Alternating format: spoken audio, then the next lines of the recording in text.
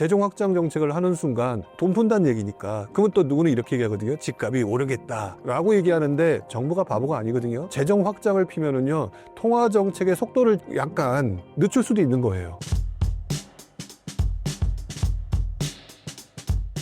만약 무주택자라면 현재 서울 안에서 내 집 마련을 할 만한 좋은 입지는 어디인가요? 일단 입지를 고려하고 이런 것들이 다 의미가 없다고 생각이 들어요. 왜 그러냐면 아까도 말씀드렸고 말 속에서 나왔지만 내 상황이 중요해요. 내가 지금 돈 1,000만 원밖에 없는데 서울 봐서 뭐 할 거며, 돈 한 푼도 없는 사람은 전세 들어갈 돈도 없고 월세 들어갈 돈도 없어서 애매한데 강남 보면 뭐 할 거냐는 얘기죠. 이 말은 바꿔 말하면 그분들을 무시해서가 아니라 일단 다 기본적인 상식은 알아요. 강남 좋은 데 들어가야 되는 거죠. 그 다음에는 마용성 들어가는 게 맞겠죠. 다 알고 있거든요. 그 정도 지식이면 충분한데요. 한 가지를 항상 놓치거나 뭐 하는 게 뭐냐면 내가 현재 가용할 수 있는 최선의 선택이 무언가 부분에 대한 지식이 하나도 없어요. 거기서부터 꼬여버리는 거라고 저는 생각을 하거든요. 무주택자들은 어떻게 하십니까? 라고 얘기했을 때 그동안 저도 이제 무주택자는 집은 사야 되죠 라고 표현을 많이 했었는데, 그렇게 표현하는 가운데 수많은 세부적인 섹터들이 존재하는데 이 부분에 대해서 얘기를 안 하다 보니까 다들 강남에 영끌하고 계시더라는 거죠. 마용성에 영끌을 하고요. 근데 솔직히 말하면 무주택자분들 중에 거의 대부분은 젊은 분들이 많죠. 어차피 못 사는 게 당연한 거예요. 돈 못 벌었으니까 그동안. 이제 시작을 해야 되니까. 그래서 일단 내 상황부터 봐야 돼요. 그리고 제가 첫 번째로 얘기할 수 있는 것 중에 하나가 뭐냐면 무주택자는 무조건 집을 사라. 이것만큼 변함이 없어요. 왜? 장기적으로 꾸준히 올라가는 것 중에 안정적으로 올라가는 거기 때문에 자산 가치를 보존하거나 상승시켜서 그만큼 먹을 수 있는 게 부동산처럼 그렇게 급등락이 별로 없어서 안정적인 게 없다라는 생각을 갖기 때문에 무주택자는 무조건 사야 된다라고 하는 거죠. 근데 그래 놓고 보니까 그때그때 상황에 따라서 많은 사람들이 흔들려요. 똘똘한 한 채라고 얘기하니 강남 사고 싶고, 강남 사고 싶은데 돈은 부족하니 방법을 찾으려니까 영끌을 하는데 평상시는 아무도 생각하지 않는 후순위 대출을 찾고, 후순위 대출을 찾으려고 하는데 돈은 없는데 더 많이 주는 데를 찾다 보니까 2금융, 3금융으로 자기의 몸을 가버리고, 그러면서 나는 맞벌이하고 대기업을 다니니까 괜찮아 라고 얘기를 하고 있는 거거든요. 그 방식이 얼마나 잘못된 방식인데요.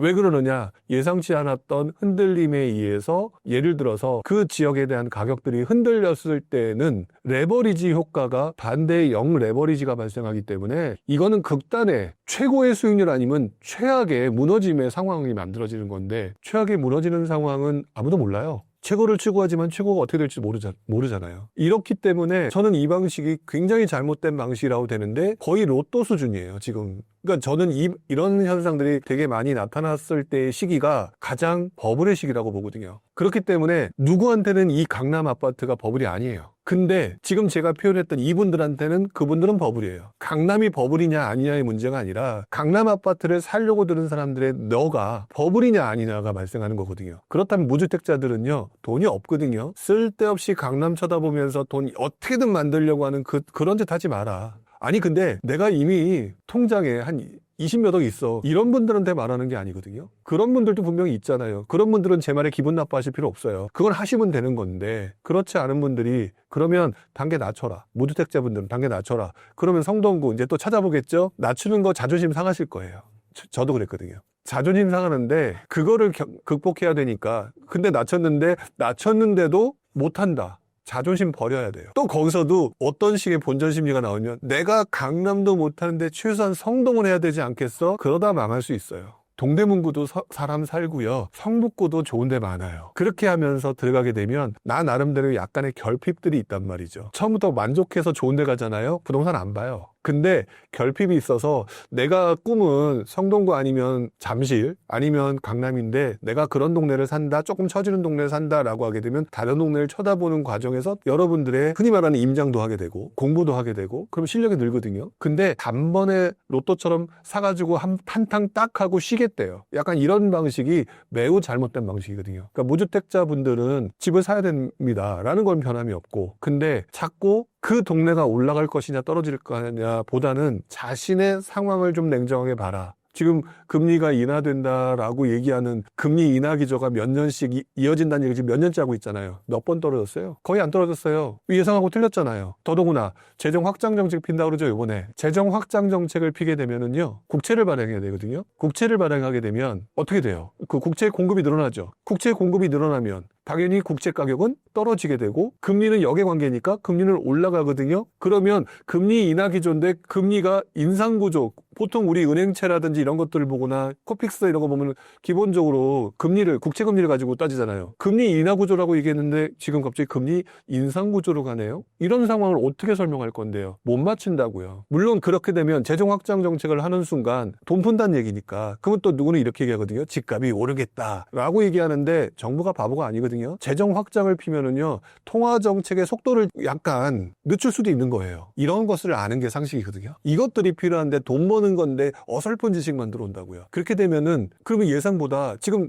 금리가 올라갈 수 있는 거예요. 근데 금리가 올라가는 건 너무 최악이니까 금리가 떨어지는 게 굉장히 오래 갈 수 있어요. 그러면 내가 버티는 기간이 길어진다는 거거든요. 근데 무슨 일이 터질지 어떻게 알아요? 그럴 때 영끌한 사람들이 제일 힘들어지는 거고 무너지는 사람이 레버리지를 당한 사람이 무너지는 거거든요. 그렇기 때문에 지금 여러분들은 내 수준에도 맞지 않는 것들에 가려고 하는 것들이 아니라 내 수준을 냉정하게 내 상황을 보고 난 다음에 요즘 시장 혼란스러우니까 앞으로 어떻게 될지 모르니까 가장 적당한 것을 찾고 들어가되 그 집에 들어갔지만 아쉽겠죠. 그것들을 다음번 상승, 다음번 갈아타기의 기점으로 삼고 동력으로 삼아야 되겠죠. 그렇게 되면 성동구에 가는 게 맞을까요? 뭐 마포구에 가는 게 맞을까요? 아무 의미가 없는 거예요. 그냥 자기 상황에 맞춰서 우리 친정이 마포구에 있으니까 거기 가까운 데 가겠어. 어우, 잘 선택한 거예요. 이런 방식으로 가야죠. 근데 지금 그런 거 무시하고 어느 지역이라고 하는 것들이 선택돼 버리는 순간 본인들이 나중에 부해랑을 맞을 수 있는 문제들이 발생할 수 있다는 거 생각하시고 무주택자들은 집은 무조건 사야 된다. 그러나 자신의 상황을 먼저 선택하거나 생각하는 게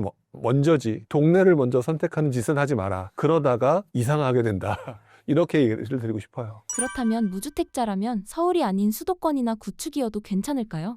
지금 제가 어떤 특정 대상을 설명 안 했잖아요. 얼죽신이다. 지금 얼죽신이 유행하게 된 이유는 서울이나 이런 곳들의 모든 재개발이나 이런 것들을 통해서 엄청나게 새집이 됐고 이것들의 선호도가 되게 높아서 올라간 거예요. 근데 본능적으로 신축 싫어하는 사람이 있나요? 없어요. 그래서 신축 비싼 거거든요. 근데 내가 능력이 안 돼요. 그럼에도 불구하고 신축을 들어가려고 연끌을 하는 거거든요. 그렇죠? 결국 또 결론은 연끌이에요. 근데 잘 보세요. 구축 들어가서 돌아가신 분 계시나요? 아니거든요. 이게 구축 들어간다고 무슨 문제가 생기는 게 아니에요. 그냥 내 가오에 문제가 있을 뿐. 그리고 조금 불편할 뿐. 그런 거거든요. 근데 누군가는 또 이렇게 행동을 해요. 구축이라도 내 출퇴근이 편한 것 때문에 마포에 있는 구축에 살겠다. 솔직히 돈도 좀 부족하지만 보통 이렇게 움직인다고요. 그런 사람이 하나도 없을 것 같으세요? 엄청나게 많거든요. 서울에 몇 명이 사는데 서울에 신축이 몇 개나 된다고. 그러면 그런 목적 때문에 구축 사는 사람들이 있다. 그렇기 때문에 구축이 문제가 된다? 말도 안 되는 소리예요. 단 선호도의 차이 때문에 올라가는 속도가 다를 뿐 마포에 있는 구축이 안 오른 적 보셨어요? 그렇죠? 그리고 그렇게 우습게 보는 노도강 금관구 그래서 안 올랐나요? 올랐거든요. 마찬가지예요. 그러면 수도권은 안 그렇느냐? 수도권도 똑같아요. 단지 서울보다 더 관심이 떨어질 뿐이에요. 그러면 내가 예상하는 건 뭐냐? 돈 없으면 감소해야죠. 왜? 서울이 1억이 오를 때 수도권은 5천밖에 못 오르는 거예요. 수도권 내에서도 예를 들어 진짜 좋은 데는 5천을 오르는데 저기 외곽 같은 경우는 1,100개 안 오를 수 있거나 아예 안 오를 수 있는 거거든요. 그게 왜 그러냐? 내가 돈이 없어서예요. 너무 당연한 거거든요. 근데 자기의 처해진 상황과 그것 때문에 약간의 페널티가 존재한다는 것들을 인정하지 않아요. 인정해야죠. 인정해서 나는 근데 인정하되 뭘 해야 되느냐? 그런 페널티가 있기 때문에 돈 없기 때문에 나는 1,000만 원 버는 것도 괜찮아. 이게 쌓이면서 그게 나중에 강남에서도 똑같은 패턴으로 돈을 벌 수 있는 기회가 만들어지는 거거든요. 근데 이분들이 또 그걸 극복을 못해. 왜? 또 한탕주의야. 단번에. 수도권이라고 안 좋다? 보면 수도권도 좋은 데 많죠? 나는 또 수도권은 과천이나 분당 이런 거 아니면 쳐다도 안 보겠다. 가오를 좀 버리셔야죠. 그렇게 되면 막 여러 군데가 있겠죠. 그러면 그 중에서 최고로 사람들이 선호할 만한 곳이 어디냐를 따지게 되면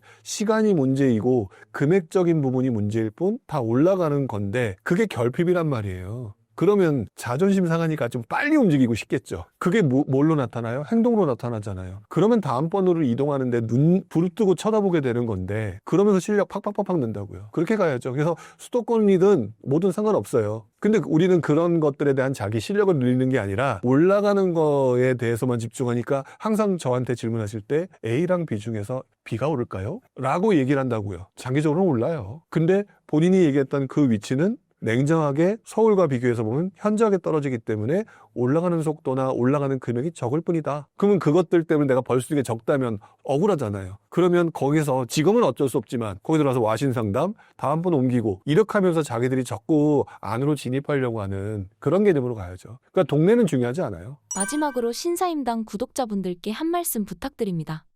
부동산 시장은요, 관심도가 참 많으시죠. 근데 계속 오르는 게 아니에요. 그리고 계속 떨어지지도 않아요. 그렇기 때문에 저는 이것들을 사이클이 있다라고 표현을 하는 거거든요. 근데 이 사이클을 저는 대파동이라고 부르고요. 그리고 또 강남에서도, 그 다음에 마포구에서도, 성동구에서도, 그 다음에 동대문구, 노원구 등등 각 지역마다 사람들의 선호에 따라서 움직이는 폭들이 달라요. 그것들이 소파동이라는 게 있어요. 근데 이런 것들을 평상시에 꾸준히 지켜보면서 본인들의 실력이 늘어나는 건데, 이런 기본적인 내용들은 그냥 내가 관심을 보이면서 경험이 늘어나요. 근데 대부분의 사람들은 그런 경험이나 이런 것들을 얻기보다는 결론부터 얻으려는 분들이 상당히 많거든요. 이 방송을 보시는 분들이 나이대가, 연세가 어떻게 되시는지 정확히 모르겠지만 주로 이 방송을 보시는 분들이 젊은 분들이 많다라고 얘기를 한다면 당신은 원래부터 적게 먹을 수밖에 없다라는 거를 좀 인정하셨으면 좋겠어요. 원래부터 적게 먹는 거기 때문에, 그런데도 불구하고 나중에 보면 나이 좀 연세 지긋하신 분들이 되게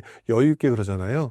거기서부터 출발하신 분들이라는 거죠. 그 과정의 결핍들을 극복하신 분이라는 거죠. 근데 다들 지금 뭐 하려고 그러냐면 빨리 하고 은퇴하겠대요. 근데 그분들 보시면 은퇴 안 하거든요. 그런 것들을 잘 보시면서 차근차근 올라가셨으면 좋겠고요. 그 다음에 어차피 부동산 관련된 얘기를 드렸으니까 그게 서울이든 수도권이든 간에 내 상황에 맞춰서 집은 한 채는 꼭 구입을 하셔야 된다. 최소한. 그래야 그 다음에 그 다음 단계로 나아갈 수 있다라고 저는 생각이 들고요. 그럼 지금 사라는 거냐? 아니다. 사람들의 심리가 또 역시 오르락내리락 하니, 그리고 장기적으로 우상향이니 약간 좀 위축됐다 싶을 때 조금 경쟁률 떨어질 때 편안하게 살아. 그게 여러분들한테 되게 도움이 되는 거죠. 그게 신축이든 구축이든 이렇게 말씀드리고 싶어요.